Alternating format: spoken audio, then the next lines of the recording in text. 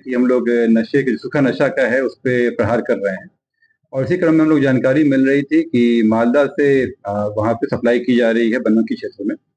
और उसी क्रम में सूचना संकलन करते हुए हम लोग टीम बनाए थे और उसमें एसडीपी बनमनखी के द्वारा इसको लीड किया जा रहा था इसमें।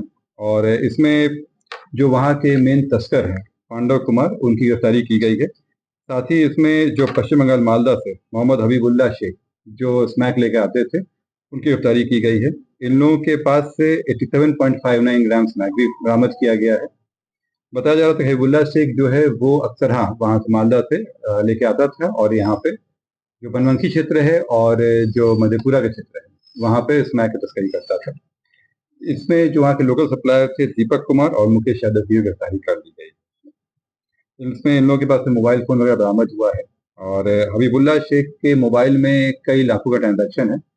और उससे हमें जानकारी मिल रही है कि यहाँ पे कई लोगों से कांटेक्ट थे और वो सप्लाई करने आता था। तो सर पांडव को तो बहुत तरह के मामले पहले से बिल्कुल पहले से भी वांटेड था वो। कहाँ का है पांडव? पांडव जो है वो मुरलीगंज का रहने वाला है। हाँ, पांडव का पहले भी रहा है वो। काले चक्र सप्लायर था और ये जो पांडव वही था, मेन पैडलर वही था। और जो ये पांडव है ये यहाँ का लोकल मेन जो था सप्लाई करने वाला था वो। अन्य केसेस में भी नाम है जब सही बता रहे हैं आप।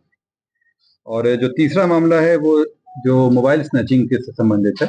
और आप लोगों को जानकारी भी होगी कि हम लोग 2-3 बार में ऐसे सिंडिकेट को पकड़े थे जो मोबाइल स्नैचिंग करके मोबाइल को विभिन्न जगहों पे भागलपुर और नेपाल में जाके बेचते थे। तो इसमें कई लोग पकड़ाए थे और उससे मोबाइल स्नैचिंग घटनाओं में काफी कमी भी आई थी।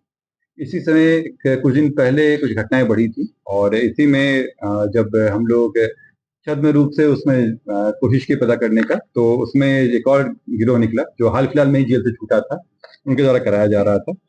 इसमें 2 व्यक्ति प्रिंस सावन और रोहित कुमार वर्मा, इन लोगों का आपराधिक इतिहास रहा है चोरी का और छिनतई में भी, ये लोग हाल फिलहाल में ही निकले थे। इन लोगों की गिरफ्तारी की गई है और ये लोग मोबाइल लेकर बेचने का काम करते थे। हाल फिलहाल में ही शुरू किए थे पिछले 10 दिनों में। इनके पास से छीने गए 4 मोबाइल बरामद किए गए हैं उसमें और इन सब में केस दर्ज भी है।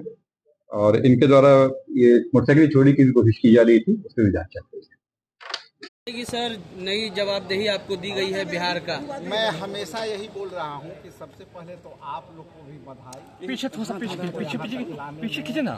सारे लोग का भूमिका रही है और हमारे नेता राहुल गांधी जी के प्रति भी आभार कि हम लोग जो है यहाँ तक पहुँचे। जहाँ तक चुनौती की बात है तो चुनौती हमारे कम समय में ज़्यादा काम करने का है और ऑर्गेनाइजेशन का जो स्ट्रक्चर है पहले से एकदम ठीक है, उसको हमको